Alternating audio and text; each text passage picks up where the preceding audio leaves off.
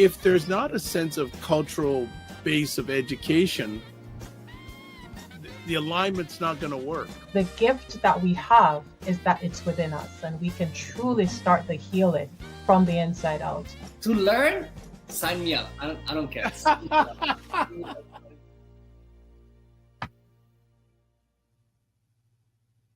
What is up, everybody? It's Dr. Vibe here, host and producer of the award-winning Dr. Vibe show, the home of Epic Conversations, and I'm the host of Epic Conversations, 2018 Innovation Award winner, 2020 Best Podcast News Award winner given out by the Canadian Ethnic Media Association. I also co-host and co-produce the only online show in the world for dads and fathers. It's sponsored by Dove Men Plus Care. And since 2020, our team has reached out directly and indirectly to over 400,000 dads, fathers, and male caregivers around the world. As always, I'd like to say you're blessed, highly favored, a magnet for miracles, and a solution for someone's problem.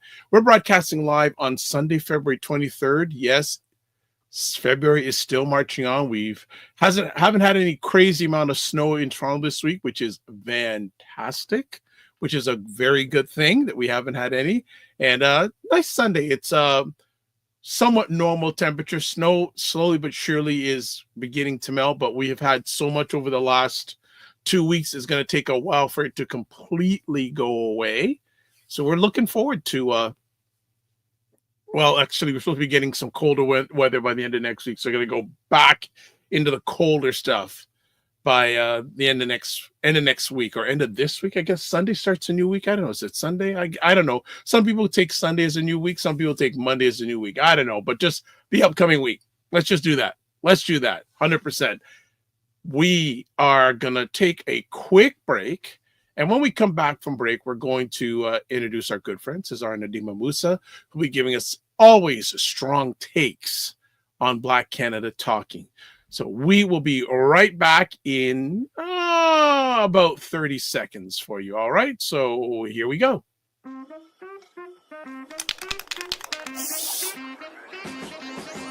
If the black dollar was not important, they wouldn't be doing these type of commercials to get your business back. The same people who don't want gun checks, mental health checks, all for open carry, and when your kid gets shot in school, they offer thoughts and prayers. Make it make sense. Y'all don't understand how our government works. I think the lesson that we learned from that 4 years is how miserable people are. Their misery is contagious.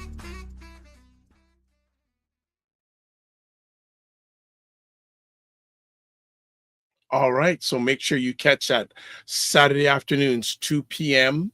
Don't say 2 p.m. I'm doing reverse order. 5 p.m. Eastern, 2 p.m. Pacific.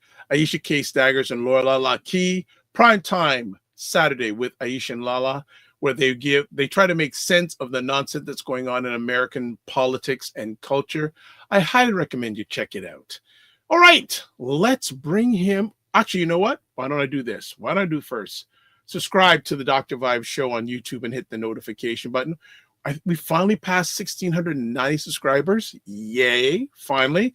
I ask, if you haven't subscribed to the YouTube channel as of yet and you're up to it, please do. We'd love you to do that. We'd absolutely love you to do that so we can get to 1,700 subscribers. Also follow me on Facebook, LinkedIn, and Instagram. If you want to advertise your business, product, or service on any of the platforms that I hang out on, please feel free to email me dr.vibe at the vibe.show.com. And also, we are part of the Indie Soup Media team, which is driven by a dear friend, Dr. Tachi, out of Fort Lauderdale, Florida. They're just going to be starting their new season, I believe, this week while we're broadcasting. And that's about 30 independent content creators. And she drives the ship, and over 22,000 YouTube subscribers in about 9 months of operation. Now, since we've done all the housework, let's bring up our good friend, Cesar Ndema-Moussa. What is going on, Cesar? Dr. Vibe, hi, thanks for having me always. Brothers and sisters and allies, thank you. Good. What's been going on in your world? Well, you know, Black History Month, lots of presentations, conferences. Tomorrow, I have a university address at the University of Ottawa. In French and English, which will be aired kind of as a podcast where I address some of these issues that we notably we talk about. Yeah. Tuesday, I'm addressing racism in healthcare, or basically, yes, racism in healthcare in Canada. So yeah, lots of talk, and of course, being there for the community. Last night, celebrating one of my good friends, Eve, 21st wedding anniversary. So absolutely, absolutely. Black love, absolutely. Black love. As I had the honor to give a, a short speech, I reminded our people, all the attendees, families, and friends about how we cannot say Haiti chérie, and we cannot really talk about loving and caring for our Black community without loving and caring the Black family. Yes. And the love, the children, and building the household, as so many others also mentioned. It starts at home. So yeah. Very well, congratulations on achievement. I was at lunch this afternoon with a couple, and we were talking about the importance of the Black family, because all the challenges, I feel that, well, most of the challenges, sorry, that go on in the Black environment, we have to look at the foundation of the Black family. Sense of identity, the sense of, when it comes to Black people, people love talking about resilience, but although there is, of course, historical and social and cultural resilience in terms of being Black, what you get from home is basically the backpack that helps you to survive in whatever happens in society out there. 100%. And guess who's in the building? There she Hello, is. Michelle. Hello. Michelle, it's good to see you right back, Michelle. Oh, like, Thank you. We whenever we chat, she goes, "When's Cesar coming on next?" She's always asking me when you're coming on. She can put it in her calendar. Good to see you. Good to see you, Michelle. Right back at you. Good to see you. All right. So if you want to get in contact with Cesar, email address president@rootsandculturecanada.com, and the Facebook Cesar Remy Emery. How are things going with Ms. Ketchup Peters? Challenges, of course, but also successes. We have let me give her the credit here. She has really spearheaded a new segment of the It's a Trap program regarding crime prevention. Wow. Among Black youth, but not just Black youth, all youth in the education, basically school set. So this is something very good. It's hard work, but it's dignified work, and it's transformative work indeed. Well, I will say for Katja, meeting her a few times, it's not hard work, it's heart work. Well said. Hard work. All right, let's get to our first conversation topic. The rise of white supremacy. You mean it's rising? Why would it be rising, Cesar? Well, you see, that's a very well way to question it, because why rising? Well, white supremacy is there like the air. It's in terms of the structure. Now, first and foremost, white supremacy hasn't always been there. It is a social construction, not to be rooted not so much in racism, but in power that translated into racism, as we see in the different institutions and culture of the state. But why do I say rise of white supremacy? Is because there has been, in terms of the dominant / majority white population, white supremacy basically means the Nazi or the KKK. It is not average white person out there. However, since the last few years, and I don't want to just put it on Trump, but because America is the number one power in the Western world, and in terms of so-called democracies, what happens in America has a direct impact on the rest of the world, and notably the Western world. And as such, a return to the White House of Donald Trump basically is an indicator of the changing tide from,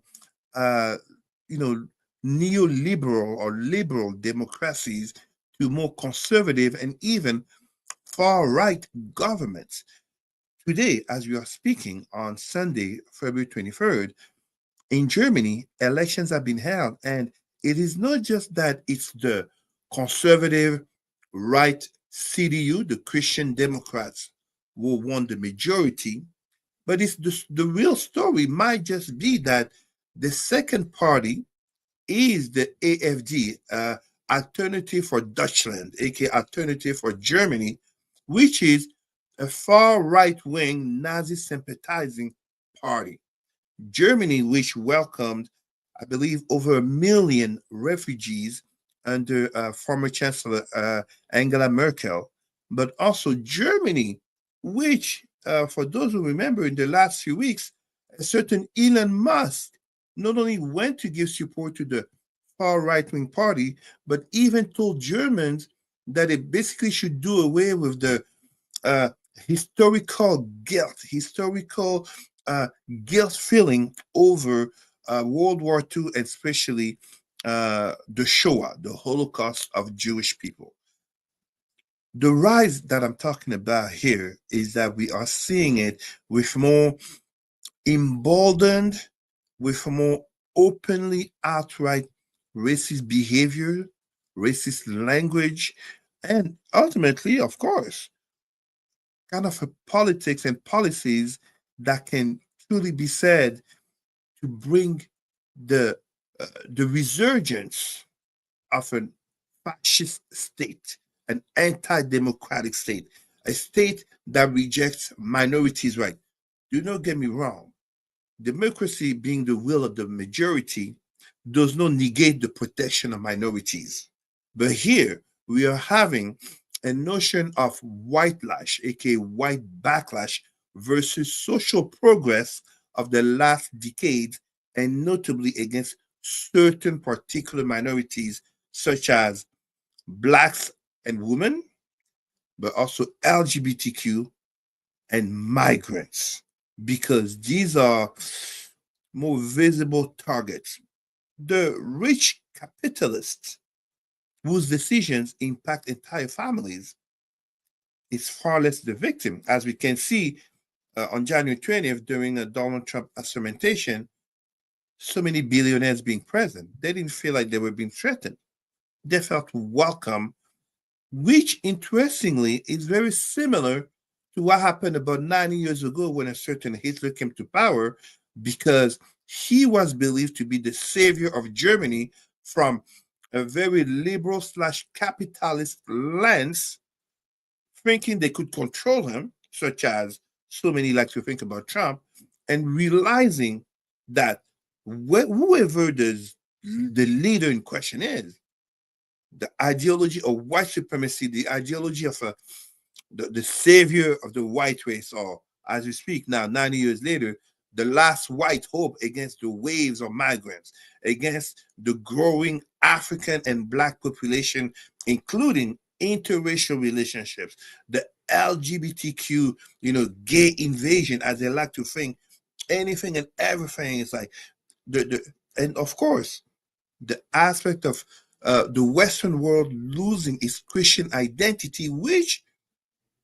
of course, they don't know or they don't want to know, was actually imposed by the sword to the ancestors of white people in Europe. Christianity did not spread in Europe with peace and love, as surely they tell people in the churches. So here we are having this rise as we see today, notably in Germany, something that would have been thought unthinkable. An openly Nazi sympathizing party coming second. They're not likely to rule, to be part of the government, because in Germany, as very often in Europe, it's a matter of coalitions in order to, notably in a federal state, kind of like what we have in Canada, coalitions in order to form the majority, aka the government. But it still says a lot. It says a lot about the shifting mindsets. It says a lot about also the changing demographics, but also truly the changing culture. Let's be honest. If we look at right here in North America, we have young adults whose basically political knowledge and mindset since becoming an adult in the late years of being teenagers has been shaped greatly by a man named Donald Trump. His rhetoric, his image, his behaviors as normalized, something which, even for Republicans of the previous years, would have been thought as unthinkable, impossible. And yet, the normalization from Donald Trump and by extent, white supremacy basically speaks to a white lash that's bringing fascism. And as such, that's why I say we, not just blacks, but especially blacks, we gotta be and stay woke. I was going to ask, and you had mentioned how much, in your opinion, the rise of white supremacy is due to the current president of the United States? He's an indicator. If basically you have in the world that we live in, look, let me put it quite bluntly. Europe is not as free as one would like to think it is. The context of Germany truly speaks well to the rest of Europe and then speaks to the relation with America. Basically, Europe lives in fear of a Russian/Soviet, to use old language, invasion while consuming cheap Chinese goods. And of course, such as Germany, Europe prior to the Ukraine conflict 2 years ago was getting cheaper Russian energy, such as gas. But the protector of Europe was America. American bases in Europe. Can someone show me a French or British base in America? It doesn't exist. So a consequence of World War II being not just the American bases, but also the whole cultural impact, the whole aspect of what we deem as democracy. The largest democracy in the world may be India in terms of population, but the number one democracy in the world is America.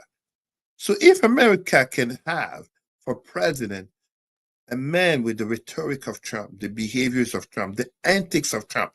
I was yesterday in a conversation with other black men in terms of which, as I asked them, and of course we all agreed, we can't imagine a black man becoming president following the revelation of such a thing as the Access Hollywood tapes and the language that he used towards women. We can't even imagine a black man becoming president with the number of wives and children that he's had. That would be so. When you have a man like that, before even looking at the policies, what can become president of the United States, maintain such a rhetoric. So it wasn't kind of like a campaign strategy per se. That is the person. It kind of gives a green light to the rest of the world in terms of behaving. And to be fair to Donald Trump, before him, you had someone such as Viktor Orban of Hungary, who basically was centralizing power around this person. Let's not get it twisted. This is not a matter of hijacking power per se. It is pushing as much depending on the resistance that you get. So even here, we are seeing, notably in our next topic, Trump starting to get some pushback, some resistance just a month into his presidency. So America is pivotal in its influence to the rest of the world, and notably the Western world. Do you feel the basis of the rise of white supremacy is some non-melanin people feeling like they're losing their country? Absolutely. It's among things I was explaining. So let me put it this way.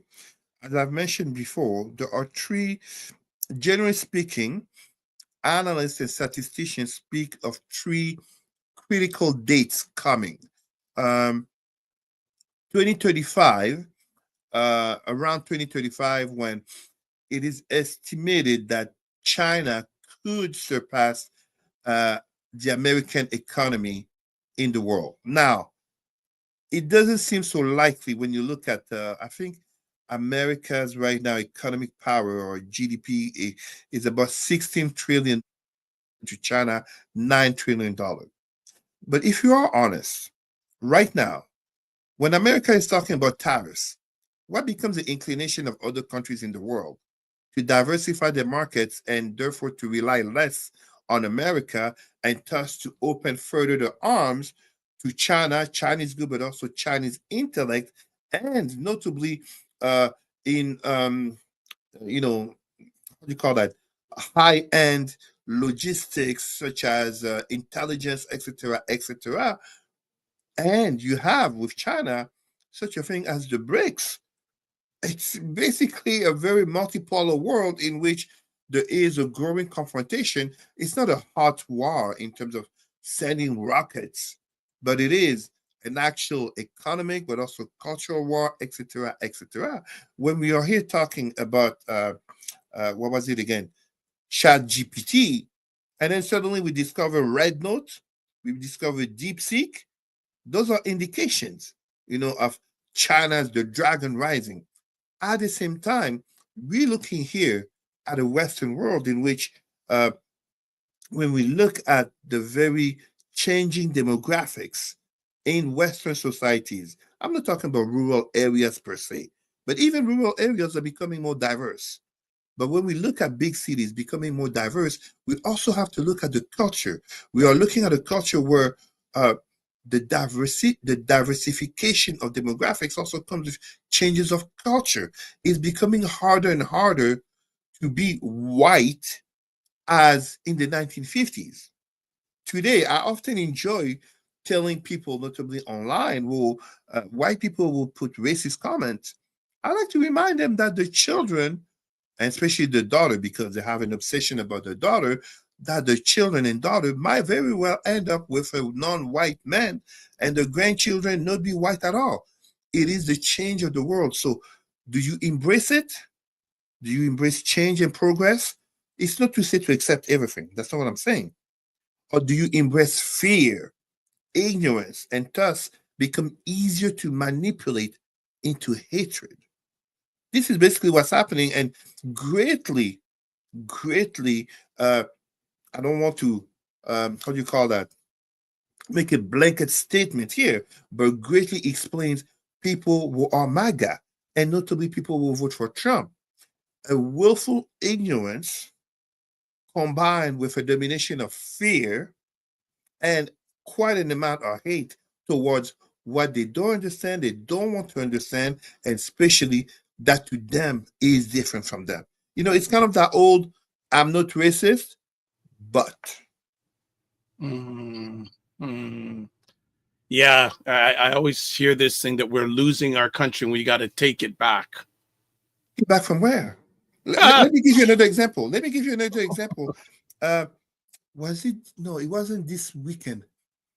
I can't remember if it was last weekend or the weekend before. South Africa.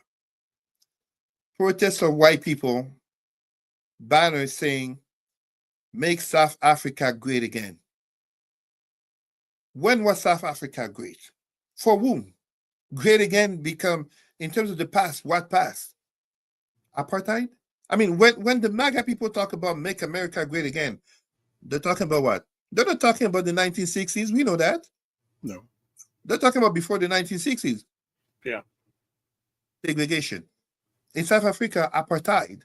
So you see, it is that revisionist, that glorious past in terms of thinking that one's identity was superior, because that's what it is.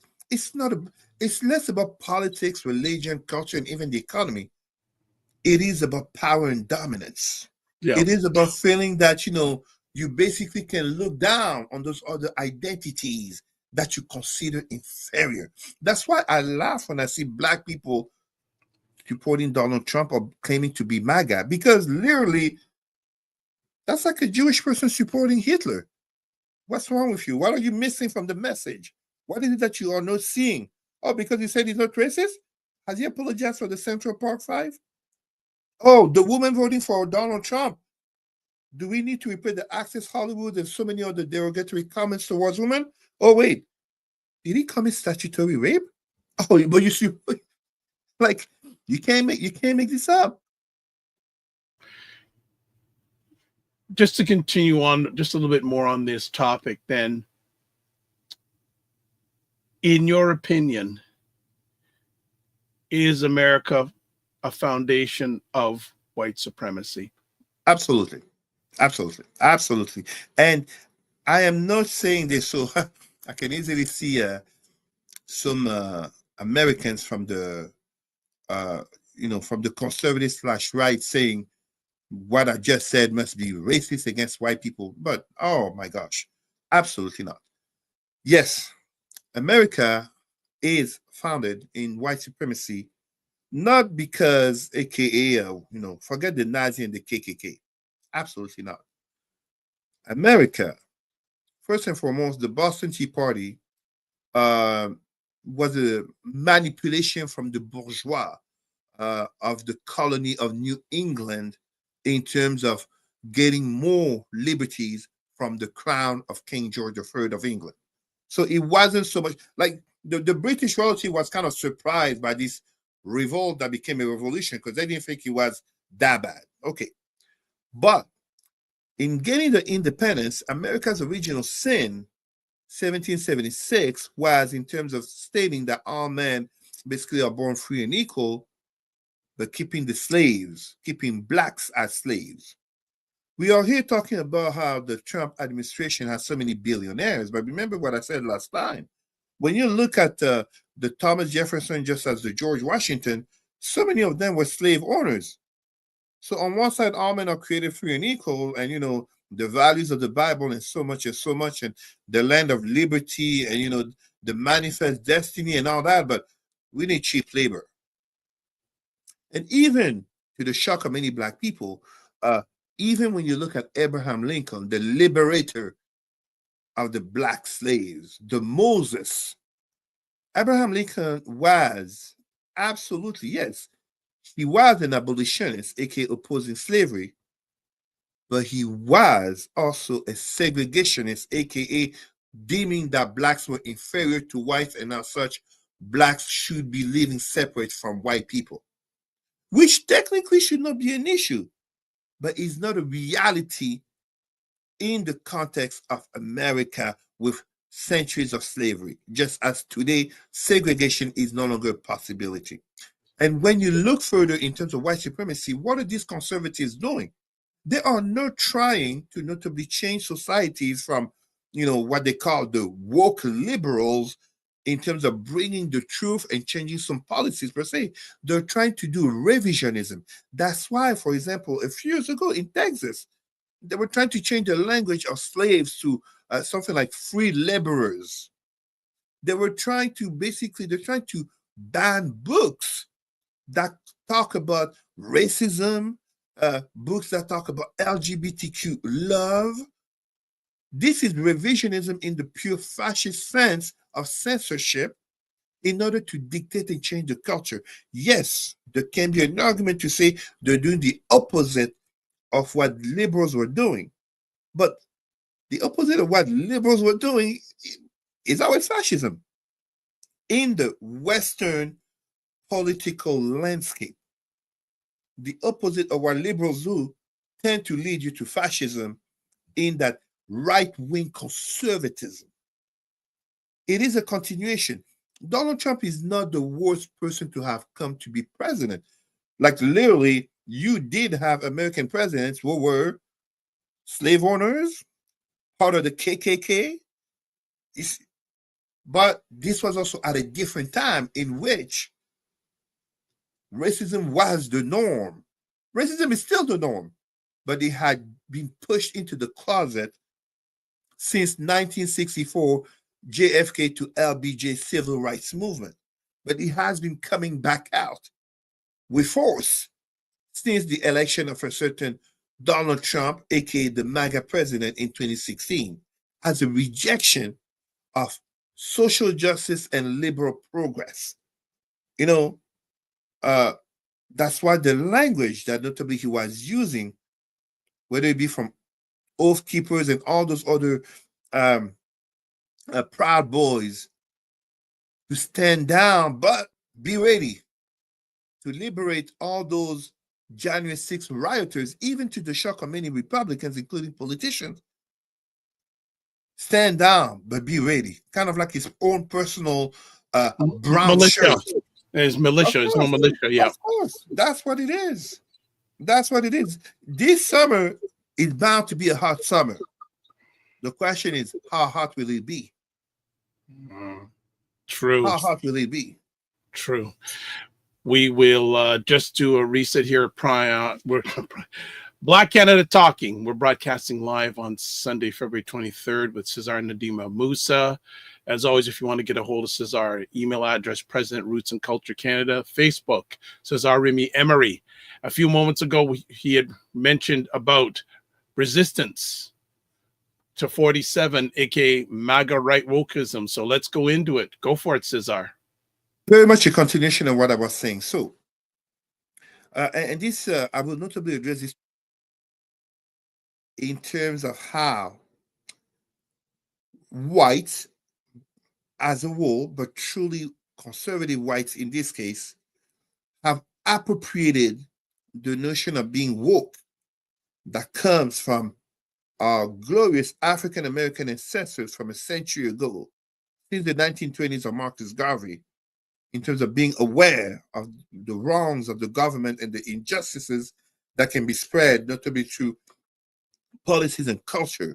So a great thing basically appropriated and turned it into this disgusting thing talking about wokism when they're actually talking about the far left liberal left, which has nothing to do with Black people. Like literally, they're talking about Bernie Sanders and they're using a term that comes from the Black community. The resistance to Trump, and here we see a month into his current administration, we see the protests against notably Elon Musk and the so-called Doge. But at the same time, we are seeing a growing resistance to Trump even from the courts, including Republican judges, as they are seeing, and when I say seeing, it's kind of weird because for years now, you had former Trump staffers, high dignitaries, in the civil, just as the military, were clearly warned of a return to Trump would be disastrous to America. And now we are seeing that judges, notably, but more and more people are becoming aware that pretty much what Trump is doing is the destruction of America in terms of from within.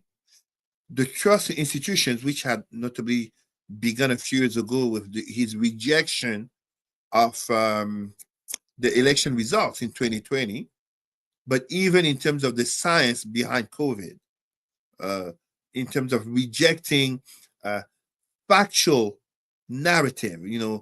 Donald Trump, some people will say Donald Trump has a difficult relationship with the truth. No, the man lies. The man is a chronic liar for anything and everything, making up numbers and making up claimed facts, which his base swallows happily and goes to repeat.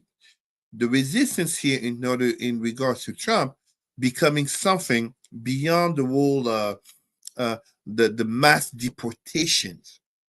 The resistance to Trump has to be as well ideological as we must understand, as talking in the previous segment, that it is not Trump per se or just MAGA. It is really the steps to fascism in this age. The appointing of a man such as Musk, the richest man in the world, next to Donald Trump, the most powerful man in the world. What could possibly go wrong?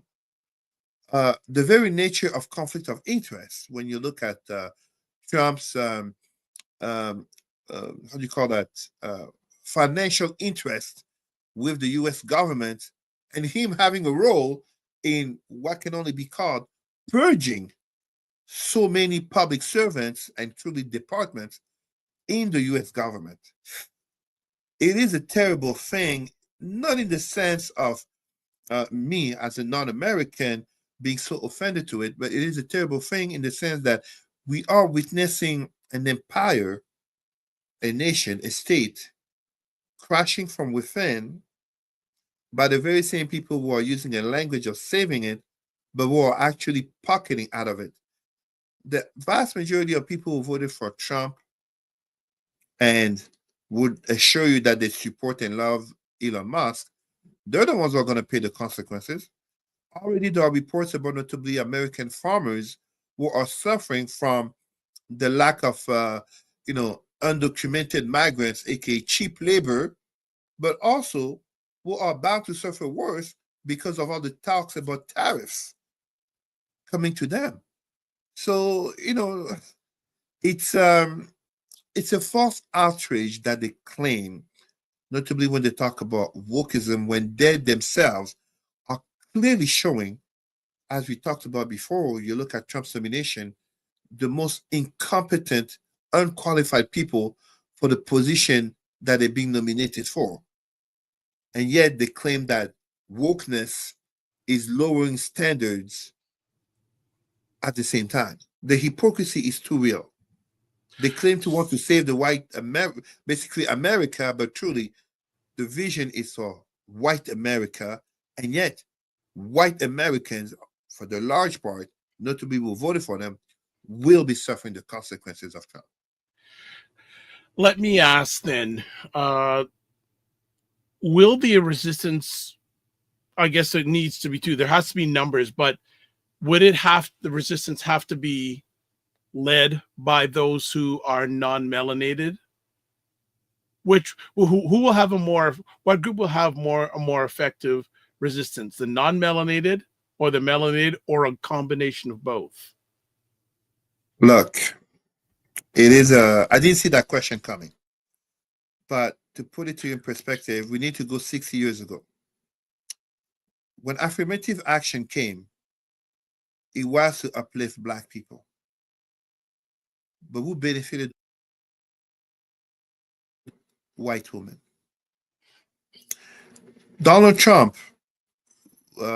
in both his election wins, 45 in 2016, 47 in 2024, the white woman vote cannot be diminished.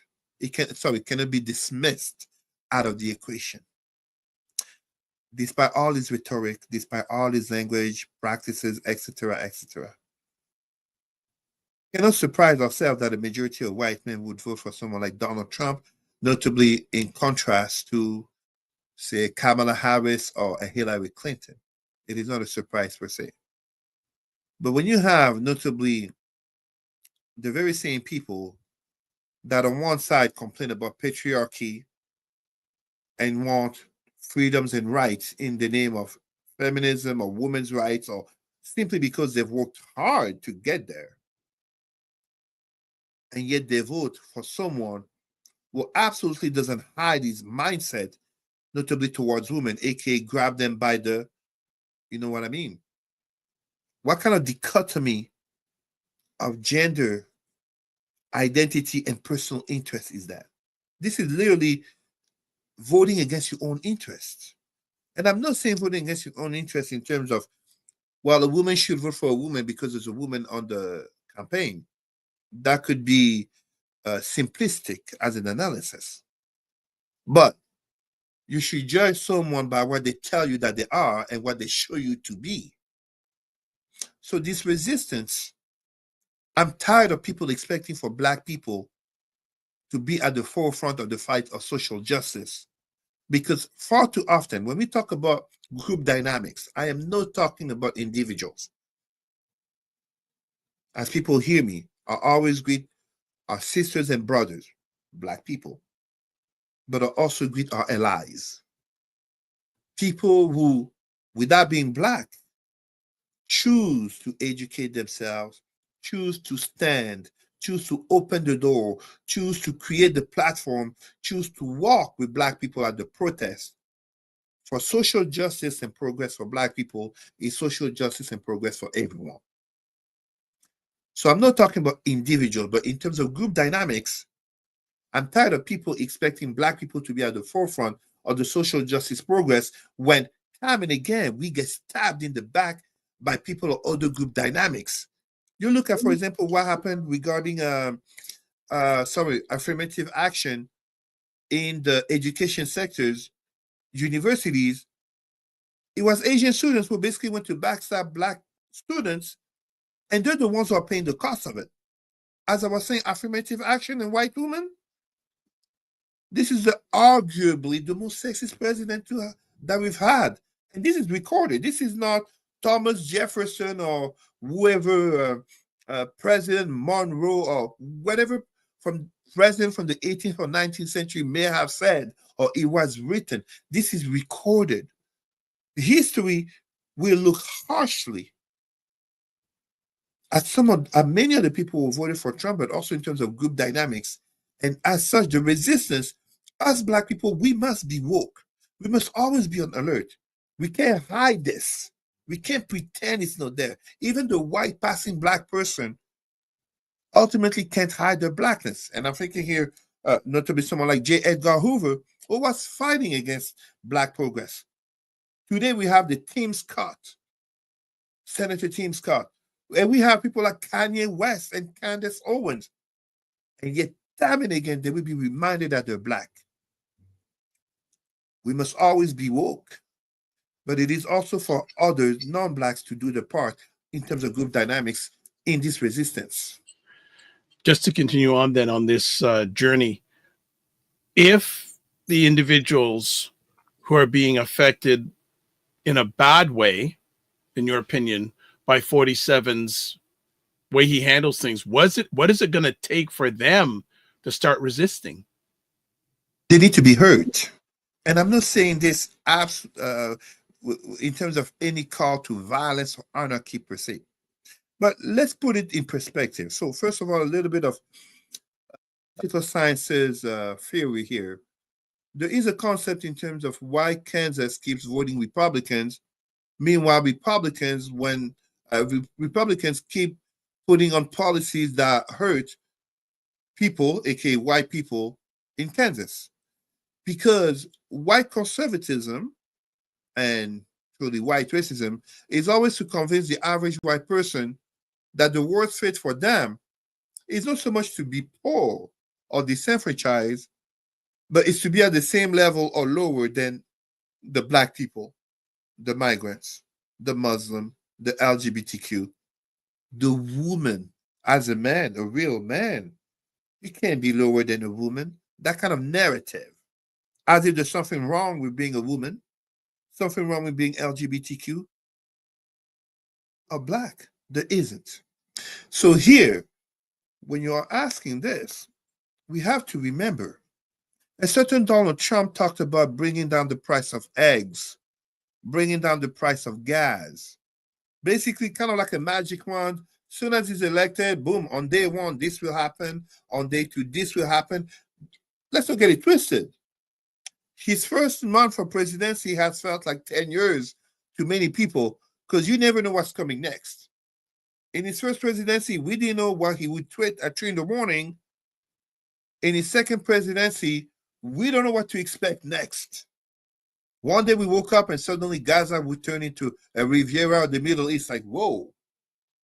Now, we don't know what's coming next, but one thing that we know for sure, the price of eggs is not going down. The price of gas is not going down. The average white person who voted, and I clearly say white person because Trump is not there caring about the Black vote. Sure, he welcomes it. Why not? But that's not his base. The average white person who voted for Trump will suffer the success, I didn't say failure, the success of his initiative because truthfully, Trump is not a president of politics out of the care of the average or destitute or disenfranchised American. We know one of the greatest motivation for Trump to have run for presidency is resentment towards a certain Black man named Barack Hussein Obama. This is factual. You know, that white America that never digested a Black president of the United States of America, aka a white Christian nation. So that kind of resentment is still being carried on. Despite the denials and the hypocrisy and notably the deflections of MAGA supporters, including political analysts as we see on TV. There are champions of deflection, denial, and the hypocrisy in terms of, like you see, you ask me straightforward questions, I'm giving you straightforward answers. I'm not claiming to be right on everything. I'm definitely not claiming to know everything, but I'm not deflecting and denying and being a hypocrite about it. So these people will be the first ones to suffer Trump's policies, just as we are seeing more and more people are coming out saying they didn't know he would do this. Meanwhile, the man did say it in his campaign. I love some of these images of people, non-white people, who voted for Trump or who supported Trump, and they're being deported. You voted for the man who literally is now deporting you. Project 2025, he said he knew nothing about it. Yeah, right. Yeah, and then exactly. The gentleman who's in charge of the Office of the Management Budget is one of the people who created that document. The man is a chronic liar, but people keep being willing to give him a chance. You can't blame him for acting as he does. You gave him a chance to be there. Yeah. Larry Davis says America's heritage Black population is now concentrating on its own communities. They have 500 years of history in the U.S. This population will be just fine. So do you feel that Black America will be just fine? Define just fine, because for Larry Davis, there is still a Jewish population in Germany. So define just fine. There had been a Jewish population in Germany for centuries. And then a man like Hitler came. So define just fine. I mean, there are indigenous people still in America, in the Americas, from Canada to Brazil. They've been there for thousands of years, and they've been there for centuries since the white man came in 1492 with Columbus. But define just fine. What is just fine? Just fine is not enough. We don't want to be just fine. Why is it that just fine? Just fine is living in a shack and saying you have a home because there's a roof over your head. I don't want my children to be just fine. I don't want the Black community to be just fine. We have to be thriving. Forget 40 acres and a mule, which was robbed out of Black people. But now we have an administration that's notably renegating on some of the civil rights progresses for Black people. Remember, Dr. I had talked about how you have an administration that's willing and able to repeal Roe versus Wade, something that even Reagan didn't do. Even Reagan didn't do that. And that was Reagan, basically 1973, 1981 Reagan, just 8 years after. But here, 50 years later, you basically have a repeal of Roe versus Wade. What would prevent them from repealing anything else that notably speaks to the progress of Black people? And I gave an example as a joke, but it would have a serious impact on many families, notably Black families, a repeal of Loving versus Virginia in terms of interracial relationships and families. But when you have even a Black Supreme Court judge who is very to the right as Clarence Thomas, whose wife is white, aka Gigi Thomas, don't tell me it wouldn't have an impact on them. So what is just fine? Just fine is not a standard of living. Just fine is not a standard of living in the 21st century of mass information, mass education, and especially of STEM, science, technology, engineering, and mathematics. We should be going to the moon and to Mars. We can't be just fine as if we are in the 50s and 60s. I'm coming. There we go. Did you hear her? Yeah. Just on cue. Just on cue. Hello. Bonjour. Bonjour. Bonjour. I have to finish. Okay. Go with Mama first. Do you want to finish now, or do you want to do the one more topic? Let's do the one more topic. All right, let's see if we can fit this one. But now Larry has another comment saying America's heritage Black population is anchored in all aspects of U.S. history. The African Nova Scotians are anchored in all aspects of Canadian history. The African Nova Scotians are just fine. No, my brother, this is a very dangerous logic. And again, I must take the Jewish example again. The Jewish community of the 1930s was the most integrated Jewish community. This is a Jewish community that had people such as Albert Einstein, Sigmund Freud, and uh, I'm having a memory blank here. But the fact that we can have so much food to sustain 8 billion people, that is thanks to German science, to notably uh, German Jewish scientists working in chemistry. However, we cannot be okay with just the logic of just fine when we know and understand that policies can occur that literally change everything and the realities of people. Like the Black community is overvalued in entertainment, and despite people such as Oprah, Jay-Z, Tyler Perry, Black billionaires in entertainment, we don't truly own the entertainment industry. As consumers, we are more consumerist than we are producers. We don't own the markets. And when it comes to even our sense of identity, I surprised myself. I've been watching and enjoying, I have to be honest, Oprah's production, this Black Pastors family series called Greenleaf. But we live and project ourselves through white slash non-Black narratives from our value of self, notably through fake hair, to the religious realm, Jesus Christ and Allah. Believe that we will be just fine is a dangerous mistake when 90 years ago, the Jewish community in Germany had a stronger footing than us. We're talking about a Jewish community that was strongly implemented in academia, not entertainment, in politics. 1936, France had a Jewish president, Léon Blum. 90 years later, France has never had a Black president. You're going to tell me that Black people in America, because what? Because of the number? 40 million? Basically 14%. The Black community in the US is 14%, a percentage that hasn't really grown in the last decades due to the high level of abortion. So whites do get abortion more, white women, numerically, but in terms of proportion, it is Black women. Our numbers is not growing statistically. Latinos have become the first minorities due to the higher number of children born.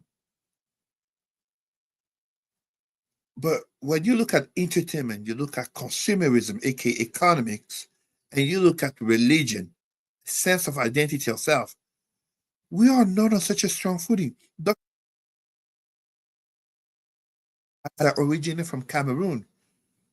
Until the 1960s, we were not allowed in this white country called Canada.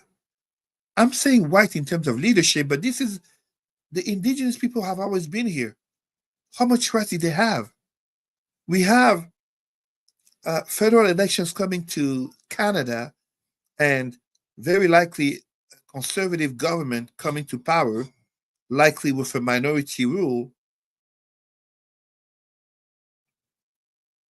And we can't deny that even indigenous people are feeling nervous regarding the progress of truth and reconciliation. We cannot talk about being just fine. Just fine is like having your child going to school and telling him or her, as long as you get 51%, you'll be just fine. That's a passing grade. That's not just fine. Meanwhile, we have other communities that are aiming for the 80 and 90 percentile. I will never accept being just fine. I'm going to make some suggestions. First of all, Mr. Davis has some more comments. I think we should address them. I think we should save the last topic for next time, because by next time, the proposed of that may or may not be in effect. Are you good with that? I'm good with that. Okay, so Larry says first, America's heritage Black population took the U.S. to the moon. Next up, he says, America's heritage Black population is the most distinct population within the context of the American experience. He says, foreigners truly don't know our history. He says, I respect your opinion, but you truly don't know us. He says, I hear this perspective from foreigners all the time. The Black population in the U.S. is between 50 and 60 million. And he says, Blacks have been undercounted in the United States since 1790. And also he says, Black Americans know their own. Anything you want to respond to any of that?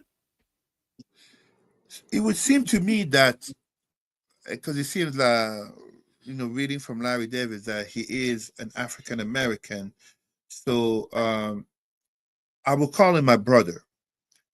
It would seem my brother Larry Davis has espoused the mindset of movements. How do you call that movement again? ADOS, American Descendant of Slavery, just as foundational Black Americans, etc., etc. Kind of a Black ethno-nationalism in the United States. He's partially right, because he is correct in terms of saying that the Black population is undercounted, but he's not denying or dismissing the high rate of notably abortions in the Black community, abortions which occurred not just because of systemic racism, but because of the state of the Black family in terms of not having as strong a community and Black families as were the case decades ago. I don't take it personal at all for him to think, respecting my opinions, but I don't know them. But I'm like, forget Black, how do you call that? Black political studies or African American history courses and etc.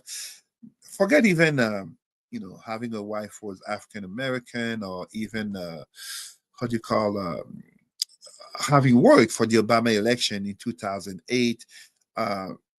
My pedigree in terms of caring and having worked for the advancement of the African American population, my Black brothers and sisters, is not here put in question. But why is he relatively right is because I'm not Jewish, I'm not white. What I just said about Jewish people in Germany is factually true. I don't need to be Jewish or white to be correct, just as I don't need to be African American in order to be correct, especially because Larry Davis or Cesar Ndema-Moussa, that white racist cop absolutely won't care that I'm born in a country called Cameroon in Africa. He just see a Black man, period. So when he says foreigners, well, okay. So just to go back, he says Black Americans know their own history. He forgot to add that, and he says not true. So Larry, not true to what? But he says I would never tell foreigners who they are. But nobody's telling Black Americans who they are. You don't need to be Black American. You don't need to be an African American to address issues of power and politics, oppression and domination in the country.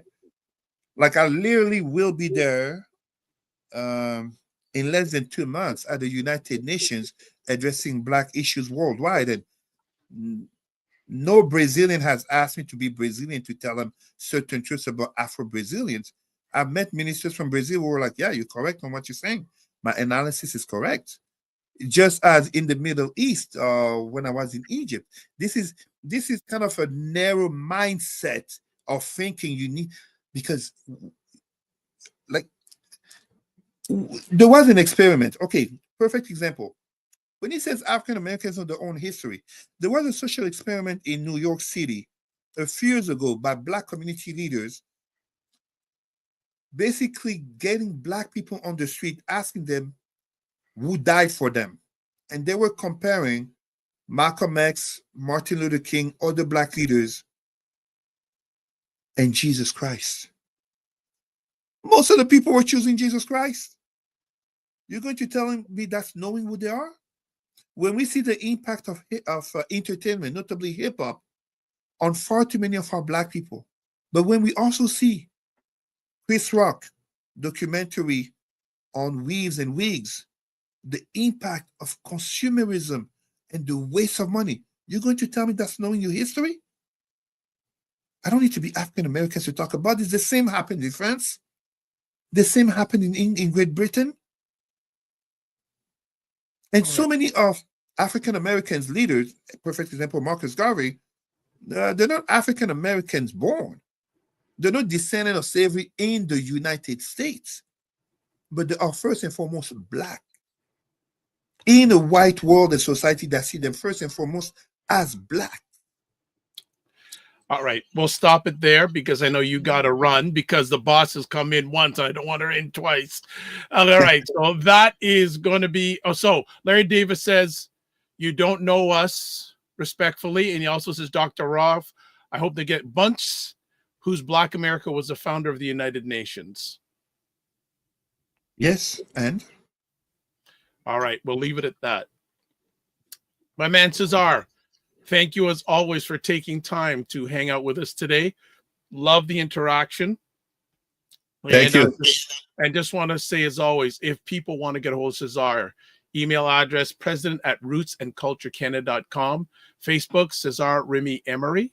Mr. Davis, you may want to send an email and have a conversation with Cesar. I know he would be fully up for it and treat you respectfully. Also, on the YouTube page, while we were live here on the YouTube page, we had a poll. Do you feel that white supremacy is on the rise? 50% of the respondents said yes. 25 said no. 25 said not sure.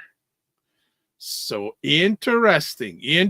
So as always, Cesar, I want to say to you and your family, especially with the boss of the house, don't just manage your time, manage your energy. Remember to give yourself grace. Oh, see, Michelle Baptiste says, excellent, Cesar. Thank you. Let me just, there's a few comments here.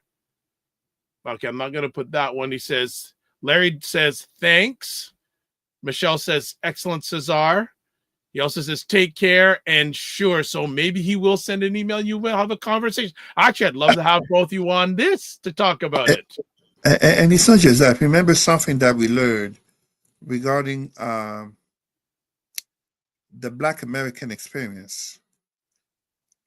Martin Luther King, as Malcolm X, as Maya Angelou, did go to Africa, but at the same time, Africans coming to the United States, absolutely they may not be treated always as African Americans, but as I said, ultimately, when you get pulled over by that racist white cop, who notably has racist and murderous intent, they're not going to ask for your passport.